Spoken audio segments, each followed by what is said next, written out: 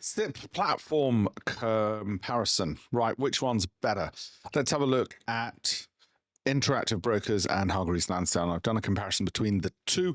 The reason this is incredibly important is because once you've gone to the trouble of opening up a SIPP and then moved all your money across only to discover the hidden charges. The hidden charges usually are, well, for a start, if you sell a US stock, we're going to convert it back into sterling. So you're going to go from sterling to dollars at an inflated exchange rate. And then we're going to convert it back again when you sell that stock, even if you're then going to buy, say, Apple, another stock in US dollars. And those foreign exchange conversion fees is where they kill you. And it's well-known practice, okay? And those little hidden things you miss, and that's 1.5% either way. You're screwed with 3% just on the currency conversions alone. So that's one thing to watch. The other one is obviously the hidden cost of time, the clunkiness of a platform. What's even worse than all of that, and I've written the article on my blog, so campaignforamillion.com/blog, where I've gone through everything. What's even worse than the clunkiness is you move everything across and you want to buy a particular security, and all of a sudden you discover you can't because the platform doesn't offer it.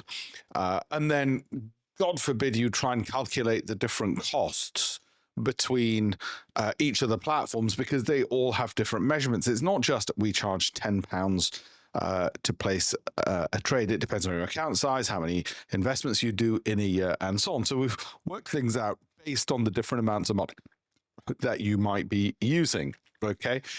And we've had a look also at Interactive Brokers on this. So do have a look. Now, my personal preference, I've got accounts with not just these, but a whole bunch of other SIPP providers. My personal preference is Interactive Brokers. The only thing I'll tell you about Interactive Brokers, however, was they're a massive American company regulated in the UK, just like Hargreaves Lansdown, is that their platform is really built almost for hedge funds. Okay, so the platform can, to some people, seem a bit too complicated. For me, I'm fine with it. The good thing with Interactive Brokers is the lower cost, the lower currency cost. They don't keep converting your currency either in your SIPP.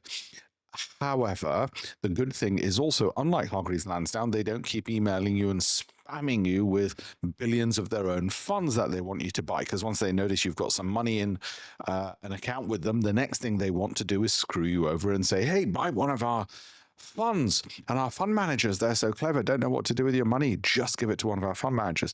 And the reason I don't like that is because I want you to be able to invest in your own securities, your own self. So have a look at campaignforamillion.com /blog, and you will see the detailed analysis, not just for that one, but a bunch of others. And where did we get all this data from? Not just my own opinion. We've got the goodmoneyguide.com, ft.com, which as well. Okay, so you've got well-known independent sources, and we're going to do more of these as well for you. So have a look, and don't forget, free pension portfolio review from myself and my fantastic team at alpeshpatel.com. Thank you.